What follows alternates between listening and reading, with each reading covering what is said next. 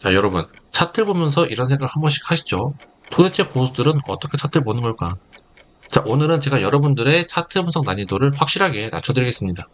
특히 요즘 시장에서 여러분들이 가장 많이 낚이는 구간인데, 왜 이런 움직임이 나오고 어떻게 대응해야 되는지에 대해 시장 구조를 읽는 것부터 유동성을 파악하는 방법까지 실전에서 바로 써먹을 수 있는 핵심 노하우를 알려드리도록 하겠습니다. 네, 안녕하세요. 비트아메리카입니다.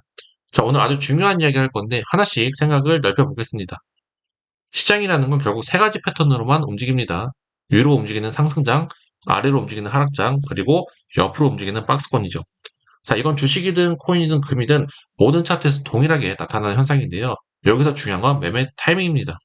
언제 진입할 것이고, 어디서 진입할 것이고, 어떤 포지션을 잡을 것이냐 말입니다. 시작부터 강조하는데 저는 역추세 매매를 절대 권장하지 않습니다. 역추세 매매가 쉬워 보여도 삐끗했을 때 손실이 굉장히 커지는 하이리스크 전략이라 초보자분들에게는 절대 추천하지 않습니다. 상승장에서는 롱 포지션 위주로, 하락장에서는 숏 포지션 위주로만 진입하세요. 그리고 박스권에서는 거래를 최대한 피하는 게 좋습니다. 아주 당연한 얘기죠. 여러분들 생각을 하나씩 이끌어내기 위해 단계적으로 밟아가고 있는 겁니다. 자, 그럼 두 번째로 중요한 개념인 유동성에 대해 말씀드릴 건데요. 제가 최근에도 엄청 강조했던 내용이 있습니다. 현재 시장에는 유동성이 부족하다. 그래서 이 유동성을 만들어가기 위한 움직임들이 지속적으로 나올 것이다. 제가 말씀드릴 내용은 시장의 움직임은 항상 이 유동성이 몰려있는 곳을 향해 움직인다는 거예요. 여기서 유동성이란 뭘까요? 쉽게 말해서 다른 투자자들의 주문이 몰려있는 지점을 말합니다. 자, 예를 들어 볼게요. 일반적으로 롱 포지션 홀더들은 보통 최근 저점 아래에 손절가를 설정하고 숏 포지션 홀더들은 최근 고점 위에다가 손절가를 설정하죠. 그리고 시장은 항상 이 개미들이 손절을 할 만한 구간을 한 번씩 꼭 찔러 봅니다. 이걸 유의미하게 해석해 둔 게 청산 맵이 되는 거고요. 자, 고래들은 이런 구간들을 터치하면서 개인들의 물량을 지워버리고 빼앗으면서 자신들의 물량을 조금씩 늘려갑니다. 그래서 이런 손절가들이 몰려있는 지점이 유동성이 풍부한 구역이 되는 거고요. 특히 재밌는 건 실제로 차트를 보시다 보면 가격이 이런 유동성이 있는 곳으로 움직이는 걸 자주 보실 수 있어요. 마치 고래들이 이런 손절가가 몰려있는 지점을 노리는 것처럼요.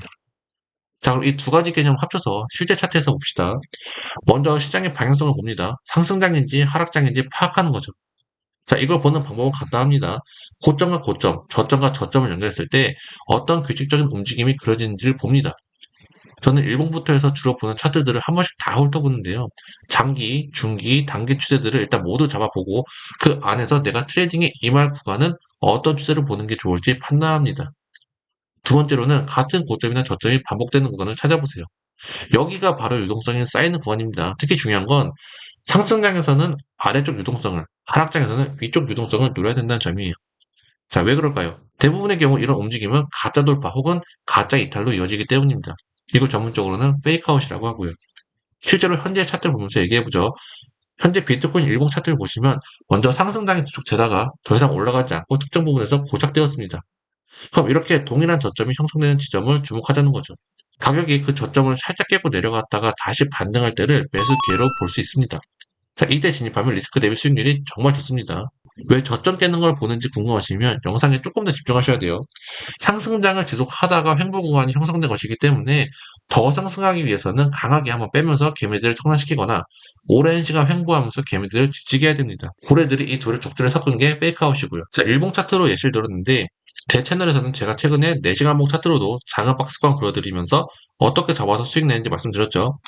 이것처럼 왜 박스권이 그려지는지, 그 박스권은 어떤 성질을 가졌는지를 알면 여러분들도 구간마다 적절하게 진입해서 수익을 내실 수가 있습니다. 이게 공식이니까 외우라는 게 아니라 차트가 그려지는 원리를 이해하자는 거예요. 자, 그럼 여기서 여러분들이 의아하실 부분이 하나 있죠. 페이크성 이탈인지 진짜 이탈인지 어떻게 구별하냐입니다. 자, 정말 좋은 질문입니다. 여기서 당하는 분들이 정말 많을 거예요. 근데 사실 이건 정답은 없습니다. 기본적으로 내가 이미 로 포지션을 진입했던 상황이면 로스컷을 대응하고 로 포지션 전략이라면 1시간봉 캔들이 어떻게 마감하는지를 보는 게 좋습니다. 그리고선 꼭 확인해야 될 게 있죠. 바로 이탈한 캔들의 거래량입니다. 이탈 시 거래량이 많이 동반되는지를 보자는 거죠. 추가로 해당 캔들이 밑꼬리를 길게 달아주는지를 보는 것도 좋습니다. 보통 페이크로 이탈 혹은 돌파하는 캔들은 거래량이 많이 실리지 않습니다. 앞에 말씀드린 대로 그곳에 몰려있는 단기 홀더들의 그 유동성만 먹는 게 목적이기 때문에 고래들이 돈을 많이 쓸 필요가 없죠. 고래들이 돈을 많이 쓰지 않기 때문에 당연히 거래량에서도 큰 움직임이 없는 거고요. 자, 이제 아시겠죠? 이탈인 줄 알았는데 왜 바로 말려 올라오는지. 돌파인 줄 알았는데 왜 피했지만 쏘고 죽는지를요. 아마 지금까지는 박스권이 나오면 지루하다 내지는 어렵다라는 생각을 가지셨을 텐데 이 영상을 본 이후로는 유동성이 쌓이는 구간이 어딜까라는 생각을 자주 하게 될 겁니다. 결국 차트라는 건 수요와 공급의 싸움입니다. 그리고 그 수요와 공급이 가장 극명하게 나타나는 곳이 바로 이 유동성이 몰린 구간이고요. 오늘 배우신 내용 정리해드리면 첫째, 먼저 시장의 방향성을 파악하고 둘째, 유동성이 쌓인 구간을 찾은 다음에 셋째, 그 구간에서의 반응을 보고 매매하시면 됩니다. 이게 처음에는 어려워 보일 수 있지만 실전에서 몇 번 확인해 보시면 점점 익숙해지실 겁니다. 차트 분석은 항상 특정 모습에서 똑같은 결과물이 나오는 게 아니기 때문에 어려운 건데 우리는 그 안에서 남이 아닌 내 분석 기준을 통해 최대한 공통된 결과를 찾는 게 중요합니다. 저는 제 기준들을 여러분들에게 공유하는 거고 여러분들은 각자 성향에 맞게 그것을 강화하든지 체득할 줄 알아야 됩니다. 자, 다음 영상에서도 현재 시장에 어떤 것들을 알아야 되는지 조금 더 자세한 사례들을 준비해 오도록 하겠습니다. 궁금하신 점 있으시면 댓글로 남겨주시고 오늘 영상은 여기까지 하겠습니다. 감사합니다.